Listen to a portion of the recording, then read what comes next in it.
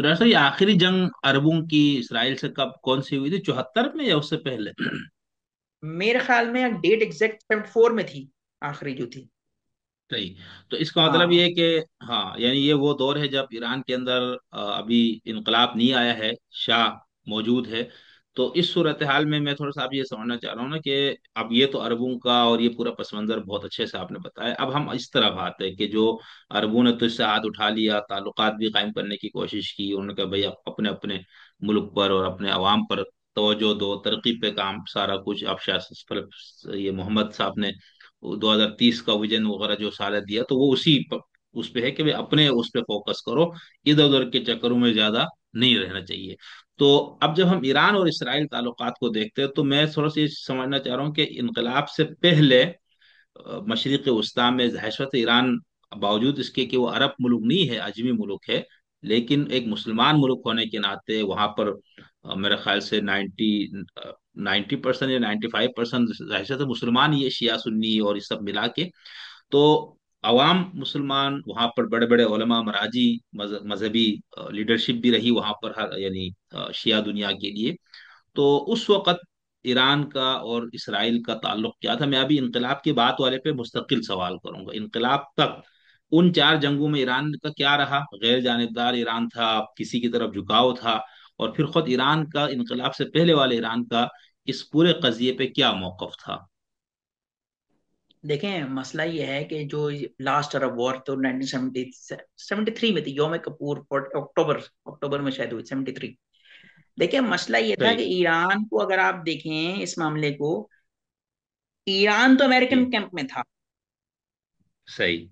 ठीक। तो यहाँ इस कैंप में जो लड़ाई हो रही थी, अगर देखा जाए तो उसमें सरे फहरिस्त तो मिस्र था, जॉर्डन था, पीछे इराक था, उसके अंदर सीरिया था। ये सब लोग ना इस फाइट में थे ना, जो आखिरी भी जंग भी हुई उसमें। ठीक। बिल्कुल ईरान ठीक। तो 70s में, जो 73, 74, 75 जो आप थे, शाह का जो दौर था, उसमें तो आप देखे ना कि भाई ईरान तो अमेरिकन कैंप में था। अच्छा, ठीक है। इसराइली जो कंपनीज थी, इसराइली जो इंटेलिजेंस शेयरिंग थी, वो ईरान के साथ बहुत शानदार चल रही थी। तो आप ये हम्म। समझ लें कि ये अरब जो थे, वो तो अपने स्टाइल के अंदर इस मामले को डील करने की कोशिश कर रहे थे। और ईरान जो था वो अमेरिकन कैंप में था। तो मतलब खुलेआम था, इस मामले में तो कोई शक की बात नहीं थी बिल्कुल। कि वो और सावरत इसराइल है को और तस्लीम, सारे मामला है। हाँ, इसराइल को इसराइल तस्लीम को, किया हुआ, तस्लीम भाई किया हुआ इसराइल, था ना? इसराइल को तस्लीम किया हुआ था। 79 तक इसराइल का सिफारत खाना जो जी। था वो ईरान के अंदर था। ठीक। और ईरान में उस बिल्कुल सिफारत ठीक। खाने में जब बंद ताल्लुकात बंद हुए, तो उसके अंदर कुछ मेरे ख्याल में, अगर मैं भूल नहीं रहा, तो उसमें पीएलओ का दफ्तर खुला था। सही। 79 तक ताल्लुकात इस ईरान के इसराइल के बिल्कुल दुरुस्त हालत के अंदर मौजूद थे। सही। लेकिन उसके अवाम बाद वहां पर देखे ना, अभी जैसे हम अरब मुल्कों में देखते हैं ना, बादशाह तो बादशाहों का या उनका तो ये है हुकूमतों का कि भाई दोस्ती करो, फलस्तीन के मसले को ठीक है किसी तरह कर लेंगे। लेकिन अवामी राय देखा जाए तो अवाम का तो मुतालबा या अवाम की ख्वाहिश तो यही है कि इसराइल को या तो खत्म किया जाए या उसको इतना महदूद किया जाए कि फलस्तीन एक रियासत बने और सारे मुसलमान। तो ईरानी अवाम का कुछ वो नहीं था उस वक्त, देखो, रुझान इस मसले पे। ईरानी अवाम का अगर आप मसले मसाइल को आप देखें ना, उस मामले में तो वो तो देखें, ईरानी अवाम तो उस जमाने में, अगर आप उस बारे में मुताला करें, तो उसमें तो ईरान की आवाम की, तोदा पार्टी की, मौलाना उसमें जो उलमा थे, उनके जो मामलात थे, वो तो ईरानी आवाम की जो हालत थी उसके ऊपर सही। उलझे थे ना।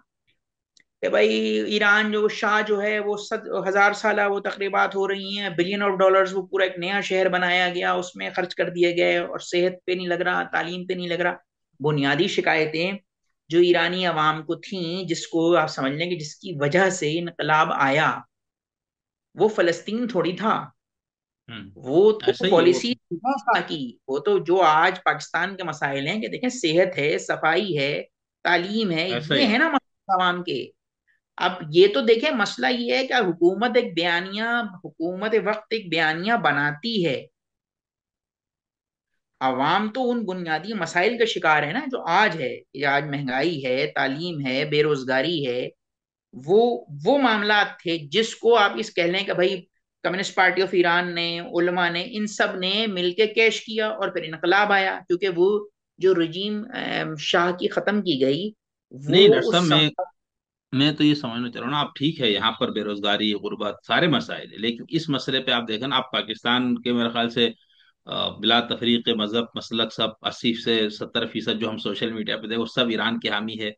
यहाँ पर 98% लोग जो है वो फलस्तीन के कजिए पे आज भी नारेबाजी, यानी उनका एक पूरा एक जज्बाती ताल्लुक और रुझान तो है ना, अपने तमाम तर दाखिली मसाइल के बावजूद। तो मैं उस पस मंजर में समझना चाह रहा हूँ ना कि भाई अगर अरबों ने चार चार जंगें अरबों ने लड़ी और ये सारा कुछ मजहब के नाम पे आप कर रहे हो, वहां पर इसराइल भी अपने मजहब के नाम पे, यहाँ पर अरबों ने भी किया।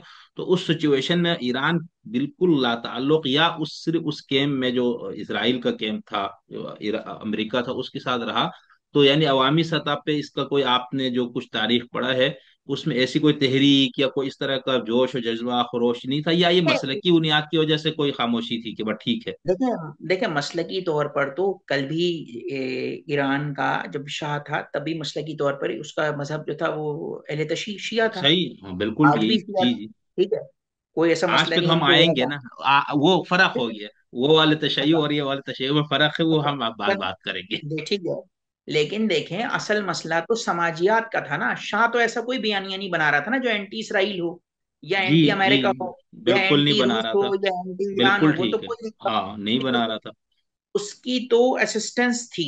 अमेरिकन की भी थी, रूस की भी ठीक थी, है। ईरान की भी। जो अगर बहुत डिटेल देखें तो आप ये समझ लें कि उस मसले में जो होता भी था और ये शाह पे इल्जाम आयद हुआ करता था कि भाई ये तो इस खत्ते का पुलिस वाला है, पुलिसमैन है शाह जो है। पुलिस मैन है। जो और सही काम है। अमेरिका को इस एरिया में करवाना होता है वो शाह से और फिर ईरान से करवा लिया जाता है। तो हुकूमत वक्त की वजह से तो अवामी सतह पर कोई ऐसा बयानिया नहीं था ना जिसको आप बोलें कि वो एंटी इसराइल या एंटी सही। ईरान हो। लेकिन सही। हाँ, ये बात थी कि ईरान की हुकूमत में अमेरिकन इन्वॉल्वमेंट बहुत ज्यादा थी। बहुत ज्यादा सही, बिल्कुल जरूरत ठीक से है। ज्यादा थी। मतलब आप ये कहें जो बहुत। कि बुनियादी तौर पर फिर बाद में पूरी वो हुकूमत चेंज होने में जिसका बड़ा अवामी तौर पर उसको समझे आप यूटिलाइज किया गया उस हिमायत को जो अमेरिका शाह को किया करता था। सही। और उस दौर में शाह मेरे ख्याल से इतना पावरफुल था, यानी ईरान खुद एक लिहाज से आलमी सतह पर भी के बरतानिया का है किसका एक इलेक्शन पे बाकायदा इन पे इल्जाम था कि इनके मुदाखलत से वो कोई सदर हार गया वहां का, यानी यहाँ तक भाई बात थी। भाई देखें मसला ये है कि मतलब ईरानी इन्वेस्टमेंट बहुत ज्यादा थी आलमी मंडियों में। फिर ये है कि तेल का जो डॉक्टर मुसद्दक का मसला था जी। 1953 में, जो कहते हैं कि सीआईए इन्वॉल्वमेंट हुई और कम्युनिस्ट पार्टी के लोग आ गए थे और वो हुकूमत गिरवाई गई। तो आप देखें इस लेवल पर ईरानी पॉलिटिक्स के अंदर अमेरिकन जो असर था वो मौजूद था।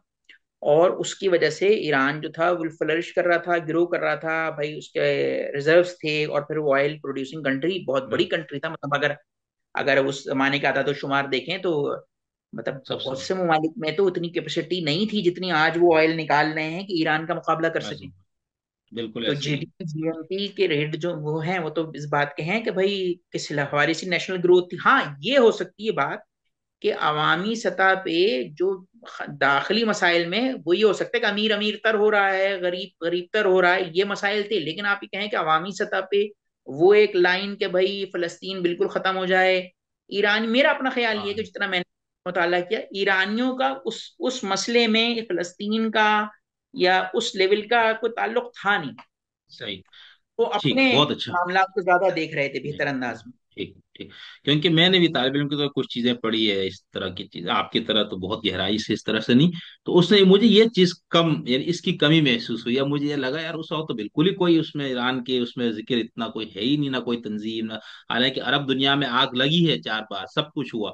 तो अब मैं ये समझना चाह रहा हूँ, अब जब इनकलाब आ गया और उसके ऊपर भी जाहिर सी बात है जो भी था वो हम उस पर बात नहीं करेंगे, किसी दिन आपसे मैं इनकलाब ईरान पे भी इंशाल्लाह तफसील से बात रखूंगा। गुफ्तगू के लिए मेरे बहुत से सवालात भी हैं और इसमें।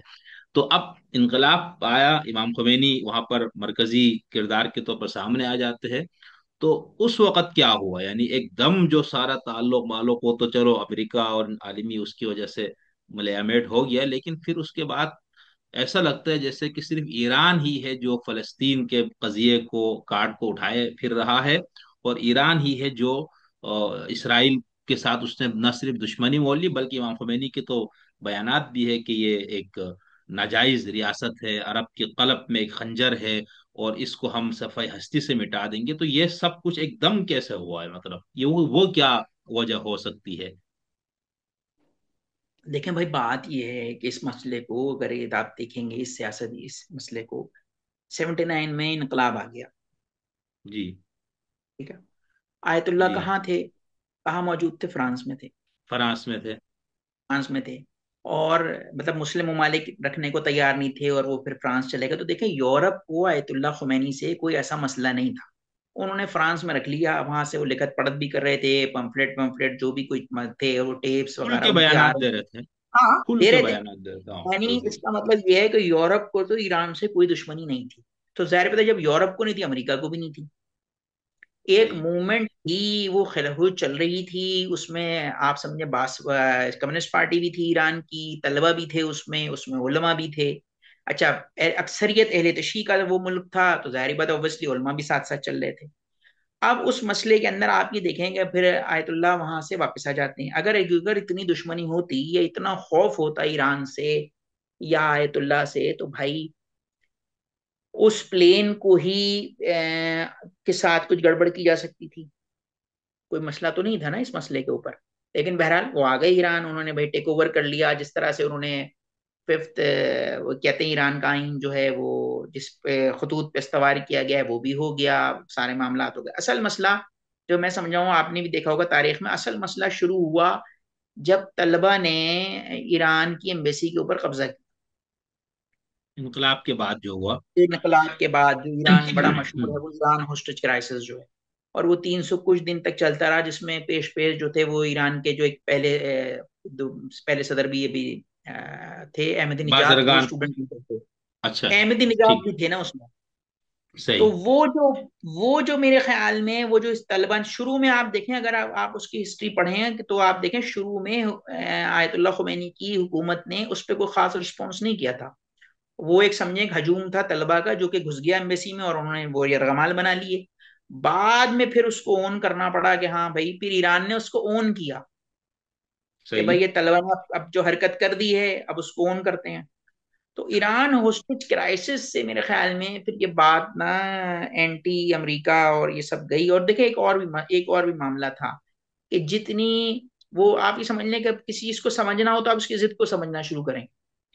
तो आप देखिए, जितनी इंटरफेरेंस ईरान की पॉलिटिक्स में अमेरिका की थी, तो अगर आयतुल्लाह खुमैनी ना भी होते हाकिम, या ना भी हुकूमत कायम करते, उसकी जगह कोई और भी आता, तो जाहिर बात है वो वही चीजें बताता कि अमेरिकन इन्फ्लुएंस इतना था, अमेरिका ने ये किया था, ऐसा किया था, हमारे साथ जुल्म किया था। यानी कि वो एक ऐसी पोर्ट्रेट डेवलप करता कि ये चीज थी जिसने हमारे समाज को या हमारे मामलात को खराब किया। तो सही। वो ईरान में भी हुआ। अच्छा, जब वो हुआ ठीक। उस मामले के अंदर, और यके बाद दीगरे, फिर वो 79 में ही, तो आप देखें वो इराक के साथ, इराक ने भी प्रिवेंटिव मेजर पे फाइट करनी शुरू कर दी, शत्रुल अरब के मसले पे। उसके पीछे फिर अमेरिका और समझिए आप दूसरे ममालिक आए इराक के साथ, और वो फिर 8 साल चली वो जंग। तो आप देखो, शुरू में मेरा अपना ख्याल ये है कि शायद इनकलाब आ गया था, वो ठीक है। लेकिन फिर उस मसले पे जब वो उस मामले को इस तरह से पोर्ट्रेट किया ना, उस मसले को, कि भाई ये शैतान बुजुर्ग है, अमेरिका जो है ये फसाद की जड़ है, और ये उसका जो ये नाहक वजूद है, ठीक है। कायद आजम के बयान भी हैं इसराइल की रियासत के ऊपर, लेकिन था, अब 70 साल हो गए उस वजूद को। आप समझे, वो उस खत्ते का एक समझिए पार्टी बन गया है, बल्कि पार्ट ही है। तो अब ये बात, ये समझना था कि अब आप उसको, अच्छा उसमें ये हुआ इनकलाब के बाद कि एटम एटम बम की रेस में तो नहीं थे ईरानी। आयतुल्ला फतवे वगैरह भी मौजूद हैं, 90s के बाद शुरू हुआ ये एटमी कहानी जो थी ना, वरना आयतुल्ला तो इसके वो नहीं थे। दिफा पे किया, लेकिन दिफा असल में इतना कमजोर हो गया था ईरान का ये 8 साल की वॉर के अंदर, कि ईरान बस। और फिर 40 साल की पाबंदियां भी हैं ईरान पे, अब ये भी तो देखे ना आप। बिल्कुल ऐसे लेकिन ही ये उन्होंने सब। अपने तौर, सारा है देखिए कलेक्टिव। आप जब एक पिक्चर को आप मजमुई तौर के ऐसे ही। ऊपर देखते हैं, आप उसके हर पार्ट को जोड़ के देखते हैं, तो फिर आपको अंदाजा होता है कि सही दुरुस्त तस्वीर है क्या। अब उसमें वो बयानिया बनाया गया कि ईरान जो है वो है वो रियासत के, वो समझिए आपके मजहबी तौर पर उसको वो रंग दिया गया कि वो हरावल दस्ता होगा, वो जो एक आपका एक पूरा तस्वर है मजहबी। जब आप वो एक रंग देने की कोशिश करते हैं, तो भाई उसके अंदर फिर आप खुद लीडर हैं, उसमें आप लीड कर रहे हैं, आवाम आपके पीछे है, एक बयानिया आपने दिया है। तो देखिए, बहुत से लोगों को वो बयानिया समझ में नहीं आएगा। क्योंकि देखें बात यह कि अगर जो आपके हम मकतब फिक्र के लोग हैं या मसलक के लोग हैं वो तो उसको बयानिए को शायद कबूल कर लें, लेकिन जो दूसरे मसलक के लोग हैं वो नहीं करेंगे। और फिर जब इनकलाब आया उसके अंदर देखें पाकिस्तान में भी जो प्रॉक्सी शुरू हुई तो उसमें एक बयान था जो आयतुल्लाह की तरफ से आया कि ये इनकलाब जो हम ने ईरान में आया है हम इसको पड़ोसी ममालिक में एक्सपोर्ट करेंगे। वो जब बयान सुना आया तो पाकिस्तान में भी उसमें जियाउल हक की गवर्नमेंट आ चुकी थी।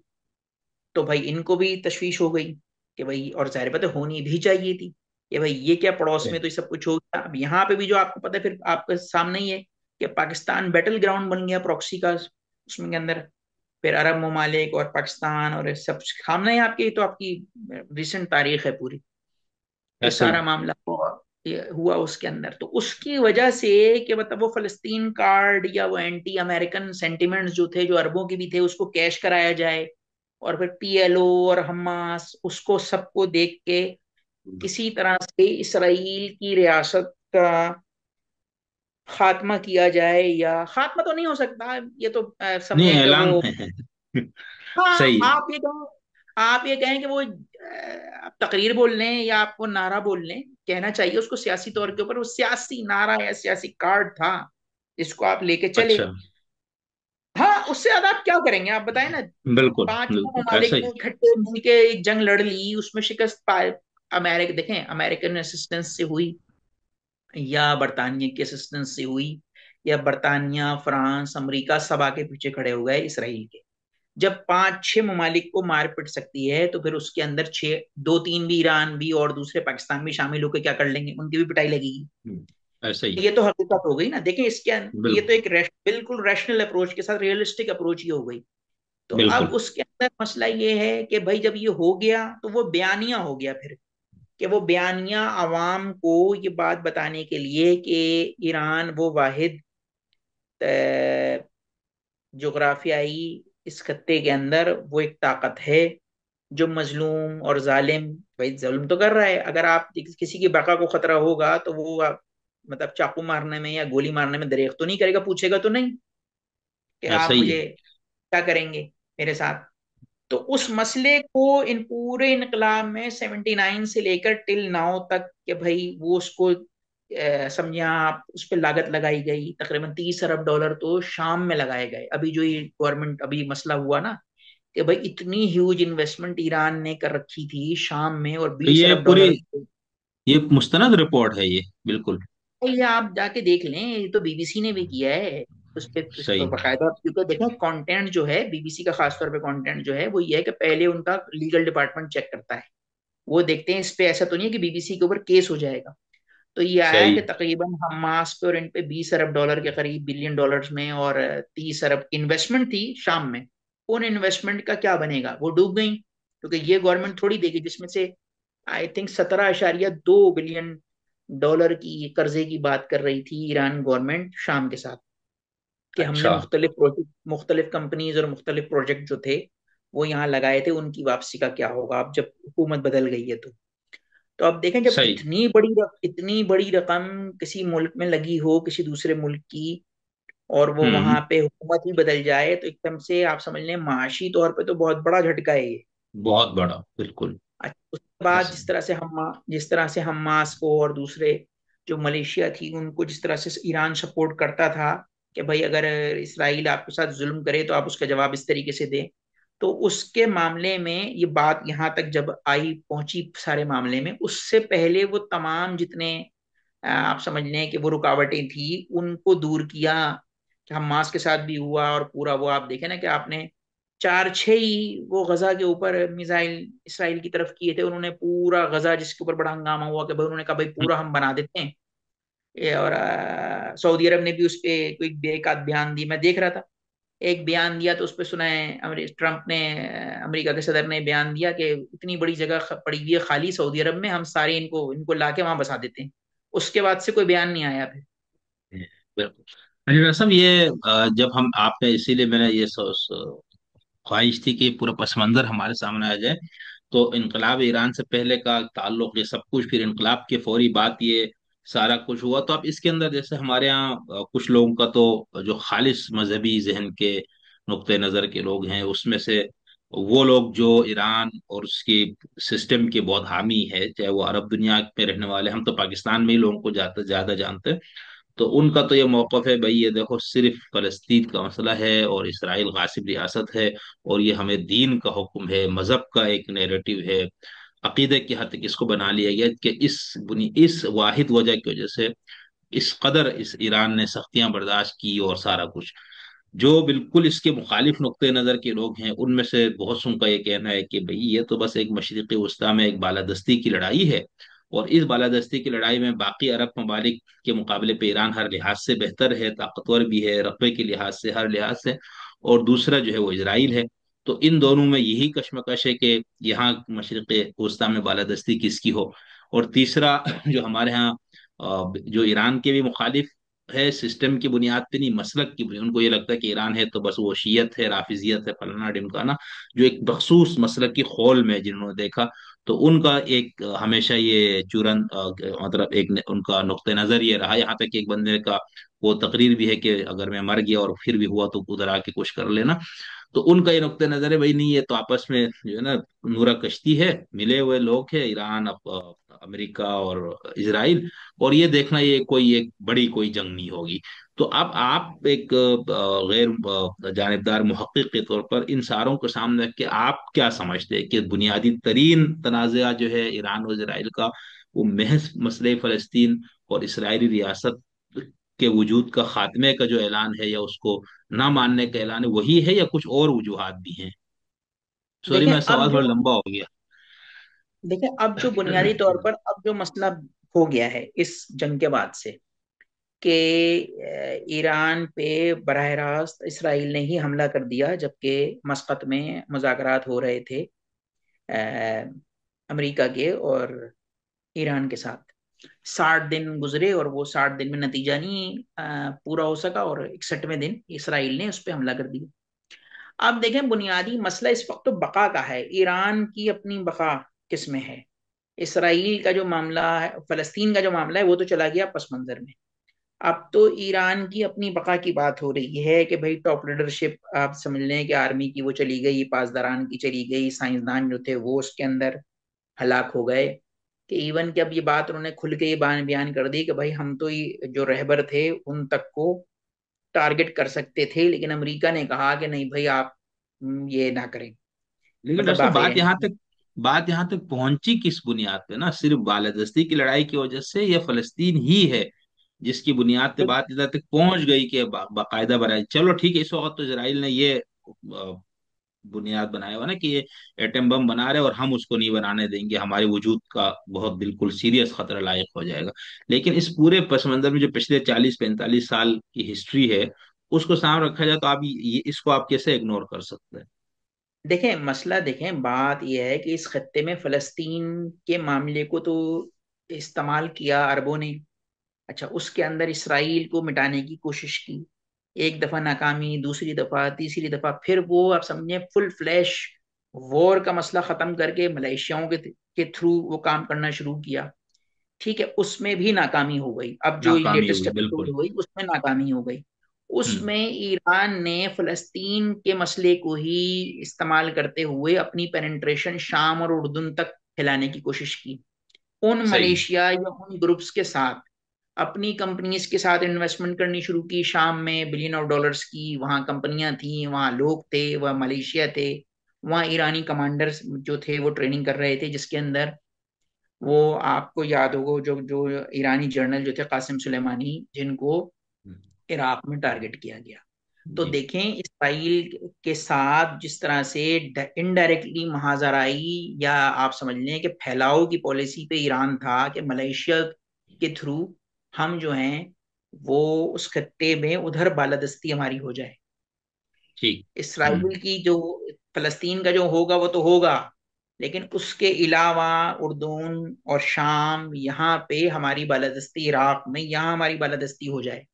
लेकिन आप ये देखें कि उसके अंदर वो बालादस्ती जो थी, वो जिसमें जो इन्वेस्टमेंट की गई थी, जो उस पर पैसे लगाए गए थे, वो आप ये समझ लें वो तो बैकफायर हो गई ना। जो बिल्कुल। स्ट्रेटेजी बनाई गई थी फलस्तीन के नाम पर, नाम तो देखें फलस्तीन का यूज हो रहा था, फलस्तीन आजाद हो रहा था जी, या नहीं हो रहा था, इसराइल खत्म हो वो रहा तो था है। या नहीं, लेकिन नाम समझे कि नाम तो वही यूज हो रहा था। वही तो होता है, जब बिल्कुल। वही हो रहा था, अब उस पर ही बयानिया कायम किया गया, अब उस पर ही पैसे दिए गए इन मलेशियाज को, लेकिन अब वो मलेशिया ही बाकी नहीं रही, वो बशार उल असद की हुकूमत ही बाकी नहीं रही, इराक के जी अंदर भी वो मलेशिया ही बाकी नहीं रही। तो उसके बाद आप समझ लें कि ये मामला जो था ये बैकफायर हुआ, और ये सुकड़ते हुए यहाँ पहुंचा कि अब ईरान की अपनी सालमियत के ऊपर अटैक होना शुरू हो गया। जी बिल्कुल। मतलब वो सही। बैकफायर हुआ, जो आप पहले बिल्कुल। आप ऑफेंसिव हो रहे थे, अब आपको डिफेंसिव होना पड़ गया है। अब आप कर रहे हैं बिल्कुल अभी कि बिल्कुल। भाई, अब वो कल भी या परसों भी था कि तकरीबन एक तिहाई जो मिसाइल्स हैं वो इंटरसेप्ट हो जाते हैं इसराइल के अंदर। तो ये तो आप अपनी सालमियत खतरे में पड़ गई बनस्बत इसके कि इसराइल को कुछ होता। सही। ये तो बिल्कुल। देखें, अभी अभी अभी का मसला ऐसा है लेकिन कि जी जी। आप कहिए। नहीं, आप बात जारी रखें। मैं अभी बीच में सवाल देखें, फिर अभी बात कर अभी तो लूंगा। अभी तो ऐसी रिपोर्ट्स हैं कि खुल के पता नहीं लग रहा कितना नुकसान हो गया है, लेकिन जो इंटरनेशनल मीडिया रिपोर्ट कर रहा है कि भाई देखें, ये आर्टिकल यूएन का आर्टिकल 59 के अंदर 51 के थ्रू ईरान जो कर रहा है वो बेसिकली अपने दिफा में कर रहा है, और ये उसका राइट है कि आप उस पर जंग मुसल्लत करें और वो अपना दिफा नहीं करे। ये तो यूएन चार्टर के अंदर मौजूद है ये बात। और हाँ, इसके बाद जब ये सारा पूरा जो मसला है ये निपटेगा, भाई देखें बात ये कि जंगें छिड़ती हैं उसमें आ, नुकसान होता है, लेकिन फिर आ, टेबल के ऊपर बैठ के ही बातचीत होती है ना, नेगोशिएशन तो फिर टेबल पर ही बैठ के होती है। हम्म। जंग के बाद बैठना तो टेबल पर ही पड़ता है। तो बिल्कुल। आज कल परसों जब ये होगा मामला तो फिर पता लगेगा कि दिफाई तौर पर या दूसरे नजरियाती बुनियादों पर ईरान को इस पूरे सिनेरियो में कितना नुकसान हो गया है। सही। लेकिन और डॉक्टर साहब, ये जो इमाम खुमैनी ने गुफ्तगू शुरू की और अभी तक उनका बयानिया यही है, नमाज के बाद वज़ाइफ के अंदर तक भी शामिल कर दिया मर अकबर इसराइल वगैरह। और ये जो कहा जाता है, इमाम खुमैनी के अक़वाल वगैरह शेयर किए जाते हैं कि भाई हम इसराइल के वजूद को सफ़ाई हस्ती से मिटा देंगे, ये नाजायज रियासत है, और फिर अल कुद्स का पूरा एक सिलसिला मनाया ये जाता है। तो ये आपने शुरू में बीच में बताया था, तो आप ये फरमा रहे हैं कि ये महज सियासी बयानिया है, या हकीकत में अगर ईरान को ये मौका मिल गया तो ये कर देगा? देखें बात यह है कि मौका तो मिल गया ना अभी। ये मैं इस पे आखिर में सवाल करूंगा कि कुदरत ने मौका ये किसको। अगर अगर देखें देखें बात यह है, अगर ये मफरूजा था, मैं एक बात कर रहा हूँ, बिल्कुल रैशनल बात कर रहा हूँ इस वक्त मैं बात। जी। अगर ये हमेशा सिर्फ ही। नारा था तो अब मौका है ना। एक रात में सुना 200-300 प्लेन से बम्बार्टमेंट हुई ईरान पे, जहाजों से जो हुई पहले दिन जो हुई। इसके लिए अब ये बात आ रहा है कि भाई पड़ोस के किस मुल्क ने उन जहाजों की रिफ्यूलिंग की है, पर उसके फ्यूल व्यूल की। उसके बाद वो ड्रोन व्रोन जो थे वो तो चले, वो तो अंदर से ही उड़े, लेकिन जो एयर स्ट्राइक हुआ वो 200-300 तैयारे थे ना। तो अब मौका मिल गया ना। तो अब जो जो मौका मिला, जो बात कही गई, जो आपने पूरा उसका पेशमंजर बयान किया कि भाई ये कहा करते थे आयतुल्लाह, ये कहा करते थे, अब आपको मौका मिल गया, आप पूरा करके दिखा दें, किसने रोका है। भाई 10,000 आप उस पर प्लास्टिक मिसाइल मार दें, 25,000 मार दें, 50,000 मार दें, उनमें कैपेबिलिटी होगी, रोक लेंगे। रोक रहे हैं वो सही। अपने तौर पे, आपको मार रहे हैं। तो ये मौका तो अल्लाह ने, कुदरत ने आपको फराहम कर दिया ना। बिल्कुल। इसमें अभी बिल्कुल किसी से पूछ। बिल्कुल। और दूसरा सब, ईरान और इसराइल, यानी हम इनकलाब से पहले के ईरान में तो कतई ये कभी नहीं हुआ, लेकिन इनकलाब के बाद की जो पिछले 43 से 44 साल की तारीख, और जिसमें अरबों ने भी जंग से भी तौबा कर ली, अपने आप को पीछे भी हटा लिया, ये सब कुछ हुआ। तो इस पूरी हिस्ट्री में क्या कभी ईरान और इसराइल का बराह रास्त कोई इस तरह की जंग हुई और नहीं हुई, या पिछले साल जो कुछ मिसाइल वगैरह का तबादला हुआ था, तो इसकी क्या वजह है? क्या ईरान ने सिर्फ प्रॉक्सीज के जरिए ही अपना टारगेट हासिल करना पेश नजर रखा था कि ये जंग बाहर ही लड़ी जाए, बाहर के लोगों के जरिए लड़ी जाए, हम पैसा देंगे, असलहा देंगे, अखलाकी हिमायत रखेंगे?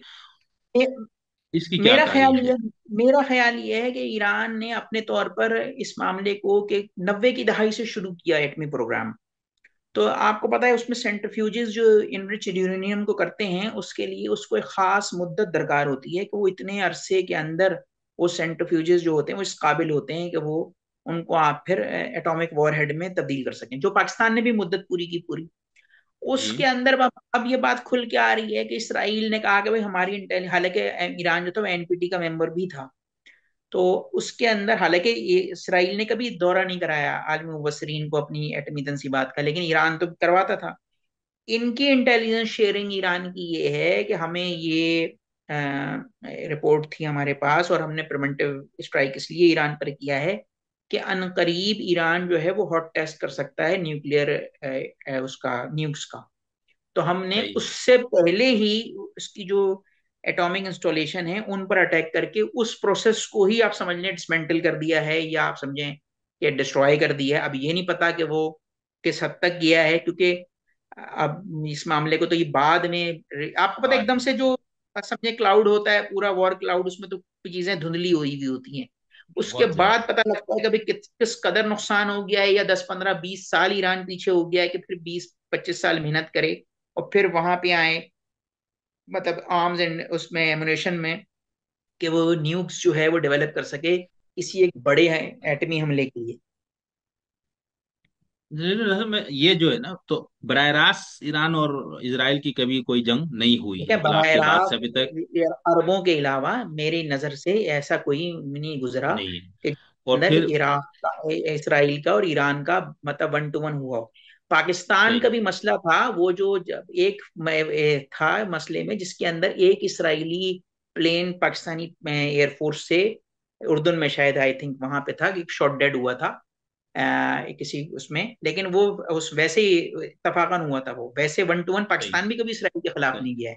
हाँ, नहीं ईरान होती का नहीं भी गया। 1 to 1 नहीं हुआ है, फिर बयानबाजी रिटोरिक तो वहां से भी हो रही है यहाँ से भी हो रही है, एक फिजा है, एक बयानिया है, वो लेकिन आप कायम हाँ, करते लेकिन हैं। लेकिन पाकिस्तान का तो उस तरह का नहीं रहा, बस हम तस्लीम नहीं करते, बाकी अरब ममालिक और ये सब मुस्लिम हाँ ममालिक भाई, का एक देखिए फैसला है, मसला बाकी उस पे वो। पाकिस्तान पे भी बड़ा प्रेशर ये आता है कि भाई जिनका फसाद था, जिनका फड्डा था, उन्होंने दोस्ती कर ली, हाथ मिला ली है, तो अब आप जी। तीसरे आप खाने मीर दीवाने आप कौन है भाई।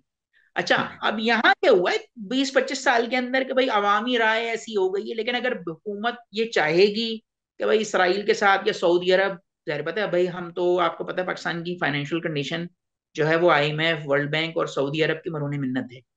अगर वो ये चाहेंगे कि पाकिस्तान की हुकूमत इस मामले को इस तरह से डील करे, तो बयानियां बनाना कौन सा मसला होता है, यहाँ हमारी आवाम तो आपको पता है एक फिर होगा फिर उस बिल्कुल। तरीके से। बिल्कुल।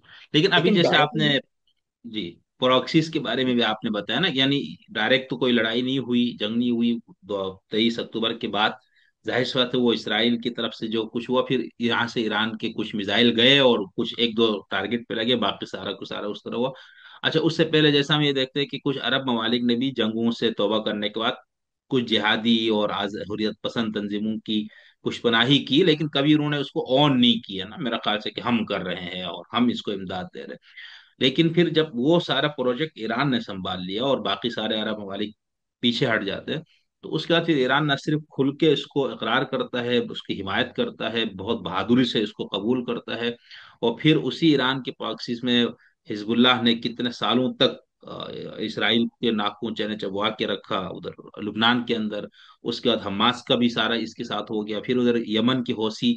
तो ये प्रॉक्सीज में भी फिर ईरान जो है वो शिकस्त खा गया, फेल हो गया, जिस तरह अरब ममालिक फेल हो गए थे। ऐसा ही है या कुछ इसको कामयाबी मिली, आप कहेंगे? देखें मेरा अपना ख्याल ये है कि शायद ईरान के पास ऑप्शन भी नहीं था।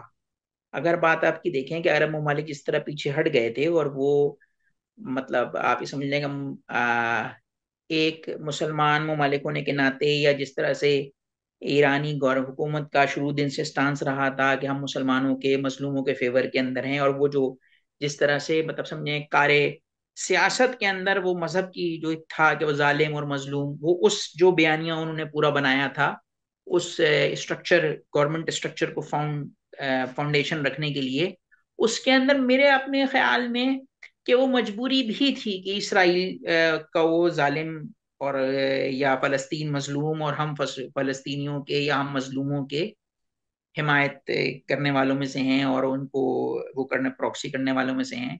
उस मसले में, मतलब वो एक तरह से आप ये समझ लें कि वो बंद गली थी।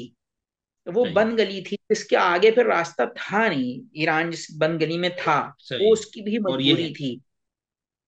और ये जो उसका नतीजा भी निकला ना, ये सब प्रॉक्सीज का खात्मा ना सिर्फ हो गया बल्कि शाम हाथ से चला गया आपका, फिर इराक का भी उस तरह से आपका असर रसूख शायद नहीं रहा, और लुबनान का भी आप समझ ले कि आप वो चीज नहीं रही। तो न सिर्फ ये कि आप बंद गली के राह चारा नहीं था, आप उसमें घुसे हैं, और उसके बाद आपको वहां पर फिर कुचल दिया गया ना, यानी इस मामले में तो बुरी शिकस्त हुई है कि सब आपके। देखें देखें मसला ये जो बुरी शिकस्त क्या, देखें आप, गजा में जो तबाही हुई है, अगर मैं एग्जाम में अगर बात है, मुझे नहीं total exact number of tax नहीं पता, कि अगर 1,000 मिसाइल दागे गए, तो आप देखें उन्होंने तो समझे कि इसराइल ने तो समझे कि टोटल जेनोसाइड ही कर दिया ना।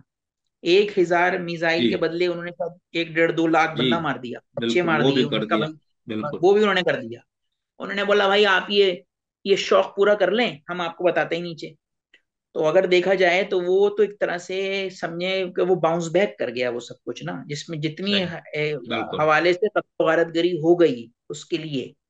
अच्छा, फिर उसमें ये हुआ कि ना अब हमास रही उस ताकत के एतबार में, तवाजुन में, ना हिजबुल्ला रही। हिजबुल्लाह। और जो दूसरे जो ऐसे मलेशियाज थी जिनको आप पैसा लगा रहे थे, अच्छा शाम में आप लगा रहे थे, शाम में वो हुकूमत ही नहीं रही जिसकी नहीं रही, बुनियाद के बिल्कुल। ऊपर वहाँ जो थे, आप समझ लें कि आप इन्वेस्टमेंट कर रहे थे, या लोग जो थे वो आप साथ मिला रहे थे वहां पे। और आप मतलब समझे क्या, 7 8 साल तो बड़ा ईरान ने बशार अल असद को कंट्रोल करना करवाने की कोशिश की। लेकिन देखें कुछ मेरा ख्याल ये, कुछ बातें ना कुदरती भी होती हैं। मतलब वो एक समझने के नवश्ते दीवार होती हैं वो बातें, कि वो अब ये नहीं चलेगी हुकूमत, आप जो सही। मर्जी आए कर लें। और फिर मेरे ख्याल में उसके राइट टाइम जो था, अगर आप उस बात देखें, तो वो था जब ये रूस यूक्रेन वॉर में उलझा। हम्म। आप साथ ही बिल्कुल वो एक पेनेट्रेशन शुरू हुई शाम में। और ईरान को भी अंदाजा नहीं था कि बाद में जो निकला कि भाई अंडरग्राउंड कॉम्प्लेक्सेस ईरान तामीर कर रहा था, और वो जल्दी में जो सारे नक्शे और सारी जो मलेशिया के लोग थे या आर्मी के जो लोग थे, वो छोड़कर भागे जल्दी में शाम से ईरान। तो वो तो बाद में सारे दिखाया गया उन्होंने कि भाई इतनी, और फिर ये जो इन्वेस्टमेंट जो इतने बिलियन डॉलर्स की हैं वो सारी लगी हुई हैं। वो तो वो सफरात के ऊपर वो पुल बन रहा था, बिल्कुल। जो और वो इंडस्ट्री लग रही थी, और सारे मामला थे हम्म। रिफाइनरीज में पैसे लगे ईरान के। तो आप ये तो इस मामले में तो दो कोई दो राय नहीं है कि दोनों महाजों बिल्कुल। पे, के माशी महाज पे भी और दिफाई महाज पे भी, तो वो तो जो आपने इकदाम उठाए वो सारे बैकफायर हो गए। मतलब समझे एक तरह से बिल्कुल। नुकसान ही हो गया उनका तो। और जैसा इस वक्त हम सोशल मीडिया पे खास तौर पर देखते हैं, और उसमें आम मेरे तरह के लोग भी नहीं, आपकी तरह के स्कॉलर दानिश्वरों को भी हम ये देख रहे हैं कि वो जो है ना, वो ईरान की हिमायत में वो अरबों को और दीगर मुस्लिम वाले को ताने दे रहे हैं, तनकीद कर रहे हैं, तंज कर रहे हैं, यहाँ तक कि वो बनी उमिया और हाशिम और यजीद और हुसैन और ये सारे इस्तिहारात के इस्तेमाल करके यहाँ पर भी जो ईरान यानी ये वो किया जा रहा है, क्या कहना चाहिए, कि तनकीद की जा रही है कि ये साथ नहीं दे रहे। तो ये कोई इसमें उनको देना बनता है अरब ममालिक को या पाकिस्तान को, किसी को भी, कि दो देखें मुल्कों की देखें रियायत। देखें अब मसला ये है कि सोशल मीडिया तो एक शुतरे बेमुहार है। उस पर तो जो मर्जी आए वो कोई भी किसी को कह सकता है, फतवा भी दे सकता है। अब उसमें देखें, बैन अवी सियासत में, बैन अवी ताल्लुकात में इन सारी बातों की गुंजाइश होती नहीं है। अब आप देखें ना कि कल ही इस हाउस ऑफ द फ्लोर पे डिप्टी प्राइम मिनिस्टर को ये बात कहनी पड़ गई पाकिस्तान के, कि भाई सोशल मीडिया पे ये खबरें चला दी कि वो ईरान के अगर कुछ हुआ तो पाकिस्तान जो है वो न्यूक्लियर हथियार इस्तेमाल करेगा इसराइल के खिलाफ। मतलब तरदीद करनी पड़ गई पाकिस्तान हुकूमत को कि भाई हम इस मसले में नहीं है, हम ऑन बोर्ड हैं, मुज़ाकरात के सिलसिले में हम भी हैं, चाइना भी है, मस्कत भी है, अमीर कतर भी हैं, सारे ऑन बोर्ड हैं इस मसले के ऊपर। लेकिन ये बात झूठी सच्ची जो आप अफवाहें फैला रहे हैं कि वो पाकिस्तान अपना न्यूक्लियर हथियार इसराइल पर इस्तेमाल करेगा, तो देखें जो इस वक्त ये जो हुकूमतें हैं, ये जो नेशन बेसिकली तो दो नेशन स्टेट सिस्टम है, उसके अंदर इस बात की अब गुंजाइश ही नहीं है कि आप जो है इस तरह की जज्बाती गुफ्तगू करें, या उसको कुफ्र इल्हाद का या ईमान मार का ईमान इस मामले को बता लें। देखें, इस मामले में आपकी भी एक राय है और मेरी भी एक राय है कि कम से कम इसराइल ने इसी पूरे मामले में 6 ममालिक को के साथ तो अभी ही, इन सब के साथ समझिए आपके अपनी ताकत का, अपनी बर्बरियत का, अपने जबर का इजहार किया है। इससे तो दो राय नहीं है कि हम भी कह रहे हैं, आप भी कह रहे हैं, बल्कि दूसरे यूरोपीय ममालिक भी कह रहे हैं कि भाई इसराइल तो बिल्कुल एक तरह से जुल्म बर्बरियत का बाजार गर्म किए हुआ है। इस मतलब कुछ सुन ही नहीं रहा है, और वो इस्तेमाल करने की उस पोजीशन में लेकिन आ गया है। हाँ अमेरिका को भी कहते जी, हैं आप भी आ जाओ मेरी साइड पे।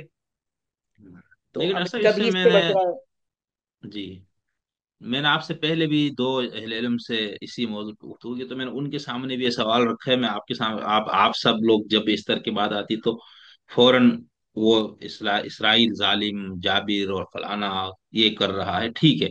लेकिन क्या इसके अंदर आप ये नहीं देखते कि उसके चारों तरफ के ममालिक जो वहां पर मौजूद हैं, वो ना सिर्फ ये कि उसके वजूद को तस्लीम करने के लिए तैयार नहीं, बल्कि कुछ लोग तो उसके वजूद को खात्मे को अपने ईमान का हिस्सा बनाया हुआ है। आप अपने बच्चों को पहली क्लास से जिहाद की तालीम देते हैं और उसके अंदर ये बताते हैं कि ये इसराइल, इसके खिलाफ लड़ना, इसको नुकसान पहुंचाना, इसको सब हस्ती से मिटाने के लिए पैसा लगाना, वक्त लगाना, असलहा लगाना, ये आपके दीन का तकाजा है। तो वो मुल्क जो है वो तो हर वक्त हालत जंग में ही है ना वो बेचारा। तो आप लोग इस हवाले से इसराइल को कोई रहमदिली आप लोग नहीं दिखा सकते, आप तो स्कॉलर्स देखिए, हजरात। देखिए बात असल में ये है कि आप जो इसे आपने सवाल किया, मैं उसको एक जवाब दे दूं कि एक टेबल पर 6 लिख दें। मैं, या आप एक टेबल पर 6 लिख दें, मेरे लिए वो 6 होगा, आपके लिए वो 9 होगा। ठीक है। तो ये इसका मैंने बिल्कुल, आप समझ लें, आसान अल्फाज में हल निकाल दिया कि आप कहते रहिए वो किस तरह सोच रहा है, ये भी आपकी, ये मतलब देखें, ये भी आपकी सोच पर मुनहसिर है कि जैसा आप सोच रहे हैं वैसा वो सोचे। तो ये देखें, ये तो नहीं ज्यादती हो इसराइल गई ना। नहीं, मैं अपने आप को इसराइल की जगह रख के सोचता हूँ ना, कि अगर मैं इसराइली रियासत हूँ, अब मैं पूरे दुनिया से हम लुटे फुटे, इतनी नस्ल कुशियों की बात, हमें एक छोटी सी जगह मिली थी, चलो हम वहां तामीर तरक्की सब कुछ कर रहे। आते ही पहले तो आपने कहा भाई इनको यहाँ रखना नहीं है। फिर आपने हमें ना रखने के लिए मुसलसल 4 जंगें हम पर मुसलत की। फिर उसके बाद आपने मुस्तकिल पिछले 75 साल से प्रॉक्सीज के जरिए हर तरफ से कहीं ना कहीं उनपे कुछ ना कुछ इसराइल के साथ हो ही रहे ना, आप गुलेल से मारे, बंदूक से मारे, मिसाइल से मारे, हो रहा है ना ये सब कुछ। तो मैं अगर अपने आप को उसकी सिचुएशन में रख के देखता हूँ, तो मैं तो अपने आप को बिल्कुल मजलूम समझ रहा हूँ। और मैं ये समझ रहा हूँ ये सब के सब जालिम हैं, जिनको तालीम ही ये दी जा रही है कि इसको मुझे खत्म किया जाए, तो मैं तो ऐसे सोचूंगा देखें, ना। देखें आप जो बात कह रहे हैं कि अगर उस परसेप्शन से देखें कि इसराइली परसेप्शन क्या है, कि जिस तरह से अरब ममालिक या सारे अजम ममालिक जितने जिस तरह से इसराइल के वजूद को देखते 70 साल बाद भी, तो देखिए अपनी जगह पे वो जिस जगह सोच रहे हैं कि भाई जिस तरह से ये कर रहे हैं, उस तरीके से उस मामले के अंदर भी अगर वो ये बात कहें कि हमारे वजूद को खतरा है, लेकिन जिस तरह से जो इसराइल के साथ एक बड़ा क्वेश्चन होता है मामले के, कि वो ये होता है कि जिस तरह से वो उसका जवाब देते हैं, वो इंतहाई बेरहमाना होता है। जिस पर मुसलमान ममालिक तो छोड़ दें, यूरोपीय ममालिक भी बोलते हैं कि भाई आप औरतें, बच्चे, अस्पताल, इन सबको भी आप टारगेट करना शुरू कर देते हैं। मतलब आप समझ लें Genghis Khan style of war में आप आ जाते हैं, मंगोल के, बस वो सहराय वहां से उठे मंगोलिया सही। से, और फिर तराज करते हुए, जलाते हुए, खोपड़ियों का मीनार बनाते हुए आप आ गए। मतलब जो एक रिवायती तौर पर जो जंगें हैं, ठीक है, आपकी बात सही है कि भाई वो उसमें खौफ में मुब्तला हैं, या उनके साथ ये सारे मसाइल 70 साल में रहे हैं, लेकिन वो जिस तरह से फिर उनका जवाब देने की कोशिश करते हैं, जवाब देते हैं जिस तरीके से, तो वो फिर नहीं तो बाकायदा उन्होंने तो नस्ल कशी करना शुरू कर देते हैं। नहीं, उन्होंने तो आपसे प्यार मोहब्बत के साथ भी तो कोशिश की है ना, कितने मर्तबा कि भाई प्यार मोहब्बत से हम इस मसले को हल करें, उसमें भी आप लोगों का बिल्कुल ही वो नहीं होता, आपसे मुराद यानी जो इस नैरेटिव के रोक है, तो वो देखें क्या अभी करे भी, भाई वो। अभी भी देखें बात यह है कि अभी भी मुज़ाकरात तो चल रहे थे, सऊदी अरब और सारे जो उसमें कतर और सारे जो अरब ममालिक है मिडिल ईस्ट के, वो इस बात को तय कराने की कोशिश कर रहे थे कि अब इस किस्से को खत्म किया जाए। यानी कि आप ये समझ लें कि अब उन्होंने अंदाजा ही लगाया कि ये किस्सा अब लंबा नहीं चल सकता। उसमें ठीक एक है। आखिरी आखिरी किरदार मेरा ख्याल है कि अब सिर्फ ईरान ही बाकी बचा था, चाहे वो मसले की बुनियाद पे था, हम्म। या वो आप समझ लें कि आप कहिए कि मजहबी जो बुनियादें उसकी थी, कि एक तरफ सऊदी अरब में इंतहाई मजहबी नुक्ता नजर की हुकूमतें रही हैं पहले, एमबीएस तो ऐसे नहीं है, और एक तरफ ईरान, यानी दोनों एंड जो थे, यानी एक मजहब फिरका एक अलग स्टाइल का था, दूसरा मजहब फिरका एक अलग स्टाइल का था, बिल्कुल यानी समझ लें कि दो एंड्स जो थे वो बहुत ज्यादा वो उस तरीके के थे कि जो मतलब समझ लें कि आप क्या उस इंतहा पसंद, आप उसे कहें कि इंतहा सही। रिजिड रिजीम दोनों तरफ थी। लेकिन आप देखें कि वहां एमबीएस आए और फिर उन्होंने सऊदी समाज को खोलना शुरू किया और उन्होंने कहा भाई हम वो रियासत का ऐसे मामला आहिस्ता आहिस्ता उन्होंने औरतों की आजादी और जो बात की। और देखें ऐसी ही आप अगर टाइमलाइन देखना शुरू करें तो ऐसी ही बात बिल्कुल ईरान में शुरू हुई कि औरतों के मुजाहरे होने शुरू हुए, कि वो एक मामला हुआ कि भाई आप इस समाज को कुछ खोलें, कुछ उसको स्पेस दें इस मामले में। और अब देखें ये इस अटैक के बाद ये बात खुल के सामने आने लगी कि ईरान में रजीम चेंज की जाएगी। आप टाइमलाइन देखें कि सऊदी अरब से इस मामले में कि जब एमबीएस ने आहिस्ता आहिस्ता सऊदी जो हुकूमत का तरीक़ाकार था उसको इंतहाई मजहबी से लिबरल या आज़ाद ख्याल या इंडिया तक से बुला के अदाकारों को और इनको उनको मस्जिद नबवी के बाहर दौरा करवाया और सब कुछ हुआ, इस पे बड़ा तनाज़ा हुआ, मामला हुआ। तो आप ये देखें उसके साथ साथ ईरान में भी मुजाहरे शुरू हुए, औरतों की तरफ से होने शुरू हुए, यानी इंटरनली आप ये समझ लें कि अगर देखा जाए तो देखें बैरूनी हमला तो हुआ है, ये बिल्कुल बात है कि ईरान अपना दिफा कर रहा है, लेकिन अगर आप इसको इस नजर से देखें कि असल शुरुआत जिसमें टॉप लीडरशिप ईरान की गई है वो तो इंटरनल हुआ ना हमला, जी है अंदर से सही। हुआ है, अंदर से वीकनेस हुई है, इतनी बाहर से नहीं हम्म। हुई जितनी अंदर से हो गई। तो आप ये देखें कि इस खत्ते के अंदर ईरान का असल इशू जो अब खुल के सामने आया है, जिसको इसराइल ने भी कहा है कि हमारा अवाम, ईरानी अवाम के साथ कोई ऐसा तनाजा नहीं है, हमारा मसला ये रजीम चेंज का है। जो अब खुल के उन्होंने ये बात कह दी है हम्म। कि ये हमें चेंज करनी है या हम करेंगे। सही। तो इस पे और मतलब ये इसमें कि हाँ बिल्कुल, वो तो आप ये बात और ये लगता भी था मतलब काफी हद तक जाहिर से, तो वो उनको ये था कि भाई बाकी सब तो काबू में आ गए, या उन्होंने अपने अपने मुल्कों पे और उस पर तवज्जो देनी शुरू की। एक ही मुल्क है जिसके साथ ज्यादा हो रहा है, तो शायद उन्होंने सोचा हो कि भाई ऊपर के लेफ्ट उसको तब्दील कर दिया जाए सिस्टम को, तो हो सकता है उनके साथ दोबारा वही हो जो इनकलाब से पहले का ईरान इसराइल ताल्लुक था। अजरा साहब, इसमें जो ये जो पूरी पट्टी पे ईरान की जो प्रॉक्सी हिजबुल्ला और बाकी यहाँ पर होसी, और उसी के अंदर सऊदी अरब और ईरान का भी तो काफी अरसा तक प्रॉक्सीज की लड़ाई चलती रही ना, तो इस सारे सिस्टम में इनका भी आपस में जो नफरत और कुछ कुर्बत की जो दास्तान चलती रही, वो क्या है, मतलब वो किस बुनियाद पे ये देखिए दोनों कर रहे थे? देखिए इन अब इस दोनों का वक्त जज्बे मुहर्रे का क्या था? जी। देखिए अब जो जो आप जिया दौर की देखेंगे ना, तो वो तो मैं एक बात कहता हूँ कि वो जो उस स्टाइल में हुक्मरान थे, शायद मेरे ख्याल में शाह खालिद थे, आई थिंक। तो वो तो एक बड़ा सख्त किस्म का इस एक रुख था इस्लाम का सऊदी अरब में या बहरीन में जिस तरीके से था। और अब होते होते आहिस्ता 40 35 40 साल के अंदर अब जो वो जिस तरीके से जिस मकतब फिक्र की तरफ जा रहे हैं सऊदी अरब वाले, कि औरतों की आज़ादी, पर्दे का भी कोई खास इतना वो मामला नहीं वो कर रहे। और वो एक तरह से आप जिस तरह से जो मैं इसलिए अंडरस्टैंडिंग में कहता हूँ कि भाई 1960 वाट का 50 का जिस तरह का पाकिस्तान था, अब सऊदी अरब वैसा होने जा रहा है। हम्म।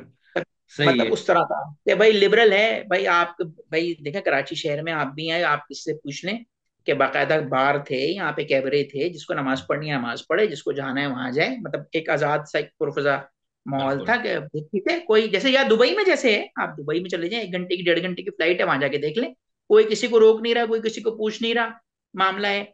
तो वो जो बाद में फिर प्रॉक्सी शुरू हुई वो तो इनकलाबी ईरान के बाद शुरू हुई ना, जब ये आई बात कि ये इनकलाब को एक्सपोर्ट किया जाएगा, मसला वहां से खराब हुआ कि भाई एक इनकलाब आ चुका है, रिजीम चेंज हो जाएगा। अब आप बात कर देंगे हम पाकिस्तान में भी इसको एक्सपोर्ट कर देंगे, सऊदी अरब में भी कर देंगे, वहां कुछ कबाइल हैं वो उनको भी हवा देनी शुरू कर देंगे। पाकिस्तान में रिपोर्टेडली 13% शिया कहे जाते हैं, हसना अशरी, जिसमें बोरे, आगा खानी, इस्माइली और हसना अशरी सब मिला के 13% हैं।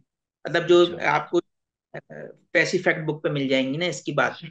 तो अगर चले 20% भी रख लें, तो 20% को अगर एक्सपोर्ट कर दिया जाए इनकलाब। और देखें उसके अंदर एक बात ये भी थी कि शायद मेरे ख्याल में अभी हिलाली साहब जिंदा हैं, तो हिलाली साहब उस जमाने में शायद ईरान में एम्बेसडर थे या यूएन के अंदर थे। तो ये ऑन रिकॉर्ड है, ये किसी टीवी चैनल पे भी वो बात कहते हैं, कह लेंगे बाकायदा ईरानियन एम्बेसडर ने उनको फोन करके ये बात भाई कि पाकिस्तान में हमारे पास 1.5 लाख आदमी हैं आर्म्ड,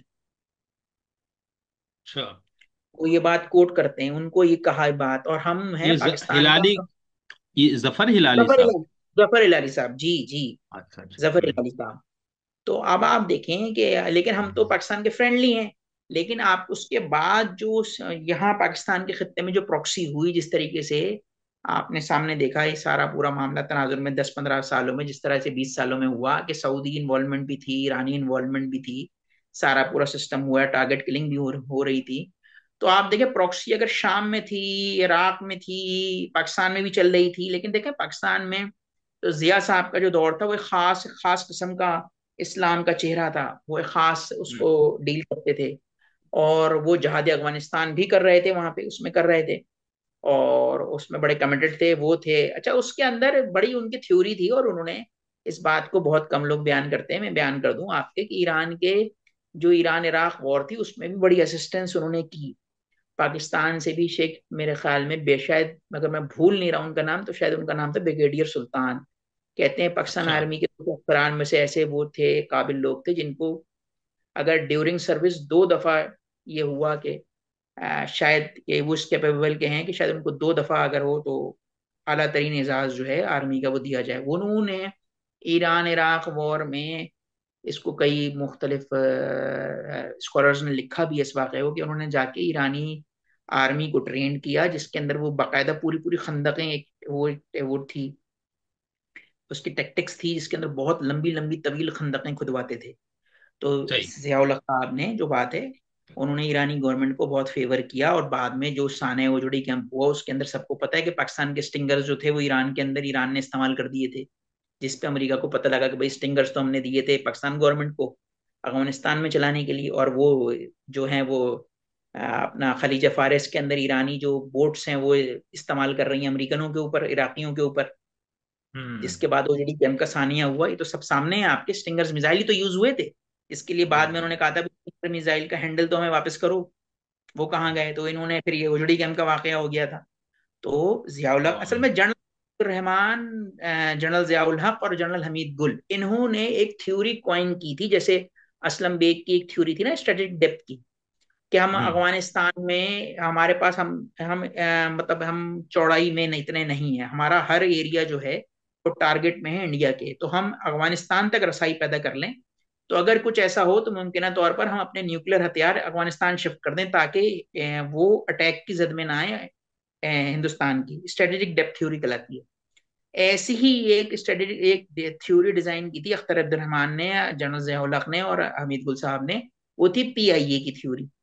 वो ये कहते थे कि जिस तरह जहाद अफगानिस्तान में सऊदी अरब, अमेरिकन और पाकिस्तान, सऊदी अरब, पाकिस्तान और अफगानिस्तान ये यूज हुए हैं, पैसा जो है वो सऊदी अरब के थ्रू आया है, टेक्निकल अमेरिका। असिस्टेंस जो है वो पाकिस्तान ने दी है, और लड़े जो हैं वो अफगानी लड़े हैं। तो हमारे हमसाए हैं पाकिस्तान, आई से ईरान और ए से अफगानिस्तान, हम हमसाए तो नहीं बदल सकते। तो हम यही यही थ्योरी पाकिस्तान, अफगानिस्तान और ईरान पर अप्लाई कर लेते हैं। अच्छा। PIA की थ्योरी जनरल हमीद गुल की है, कि भाई इस तरीके से इस खत्ते के अंदर हम जो है मजबूत हो जाएंगे, किसी और मुमकिना मसले के अंदर, कि मतलब टेक्निकल असिस्टेंस जो है वो हम दें, अफराधी कुवत जो है वो अफगानिस्तान से आ जाए, और मसला ये है कि जो पैसे हैं या जो मुमकिन तौर पर वो ईरान के साथ हो। तो ये खत्ते के अंदर एक PIA थ्योरी एक बड़ी थी, लेकिन बाद में अरे पता है नेशनल हाँ इंटरेस्ट होते हैं लेकिन, बाद हाँ बिल्कुल। लेकिन वो जो सऊदी अरब और ईरान की बहुत चलती रही ना 2016-17 तक, तो बहुत सख्त वो था। मुझे जो, हम जो उस वक्त याद है, प्रॉक्सीज में इन दोनों की लड़, तो वो में। क्या, वो बुनियाद क्या थी ना, सिर्फ मसलक था या वहां पर कोई और चक्कर भी था? असल में देखें मसला ये, मसलक को डायरेक्टली तो आप नहीं कह सकते, लेकिन देखें जोग्राफियाई तौर पर जब आप मलेशिया के थ्रू, या आप समझें कि ऐसे ग्रोह के साथ आप किसी कॉन्फ्लिक्ट के अंदर अपने आप की पेनिट्रेशन बढ़ाने की कोशिश करते हैं ना, कि भाई हम, क्योंकि उस जमाने में MBS नहीं थे, तो शाह सलमान के, मोहम्मद बिन सलमान के वालिद या उनके चचा थे मेरे ख्याल में। तो अब देखें उस जमाने में स्कूल ऑफ थॉट सऊदी अरब का बिल्कुल डिफरेंट था। सऊदी अरब दूसरी निगाह से खत्ते को देखा करता था। लेकिन उसके बाद आप ये देखें कि सऊदी अरब ने जिस तरह से माशी तौर पर ग्रोथ करनी शुरू की है, और इस खत्ते में कतर ने आप ये देखें कि आप देखें ना, मस्कत ने, ये दो तीन ऐसे आप समझ लें कि ममालिक अरब एकदम से उभर के सामने आए कि जिन्होंने मामलात में, समझिए आप, सिफारतकारी में उभर के अपना रोल प्ले करना शुरू किया। तो जो वो प्रॉक्सीज थी, तो वो शायद, मेरा अपना ख्याल है कि ओल्ड स्कूल ऑफ थॉट के लोग थे, जो उस तरीके से समझ रहे थे कि सऊदी अरब अगर इस तरह से जहादी गिरोहों को या मसले की बुनियाद पे एक गिरोह को पैसे फंडिंग कर देगा, तो दूसरा जो है वो उसके रिटेलिएशन में पैसे भरना शुरू करेगा, उसको देना शुरू करेगा, तो ये मामला चल जाएगा। लेकिन उसके बाद मेरे ख्याल में जो नई जनरेशन आई, आहिस्ता आहिस्ता उन्होंने कहा कि भाई ये तो कभी, ये तो ऐसा हो जाएगा कि शायद ये वॉर कभी एंड ही नहीं होगी, इसमें तो मुस्तकिल लागत लगानी ही पड़ जाएगी। जिस तरह आप यूरोप में देख लें ना, होली वॉर्स हुआ करती थी कि सालों साल चल रही हैं, 60-60 साल चल रही हैं, 100-100 साल चल रही हैं, वो इस तरह से चले जा रहा है वो एक सिलसिला। तो जो ये नया दिमाग आया, नया खून अरब वर्ल्ड के अंदर आया और उन्होंने आके टेक ओवर करना शुरू किया, जाहिर बात है, देखें हर स्कूल ऑफ थॉट की एक मुद्दत होती है। वो इकबाल ने भी कहा था ना, खिरत को गुलामी से आजाद कर, जवानों को पीरों का उस्ताद कर। तो उसके बाद से आप देखें कि आप आहिस्ता आहिस्ता मिडल ईस्ट की सियासत में आप देखें तो एकदम से तब्दीलियां होना शुरू हो गई हैं।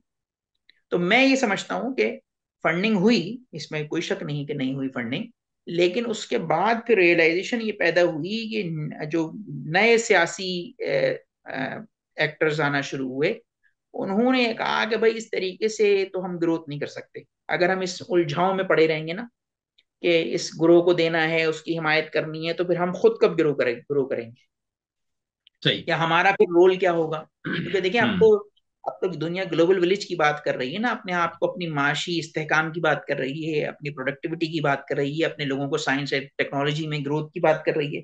उसमें कब होगा? क्योंकि ये तो पूरे एक मसाइल है ना। बिल्कुल।